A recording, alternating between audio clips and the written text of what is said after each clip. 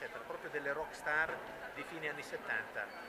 E scavando ho scoperto che erano molto più belli gli uomini vestiti da donna che le donne, che tra l'altro pensa che i Fleetwood Mac avevano una cantante che si chiamava Stevie Nicks, che vestiva in modo grunge, abbastanza sexy era, però vestiva con questi sottamoni, con questi vestitoni larghi eccetera, era molto più sexy lui, che aveva una barba terribile, con i suoi vestiti. Questo è divertente. Il genere sottanome non è mai stato donato.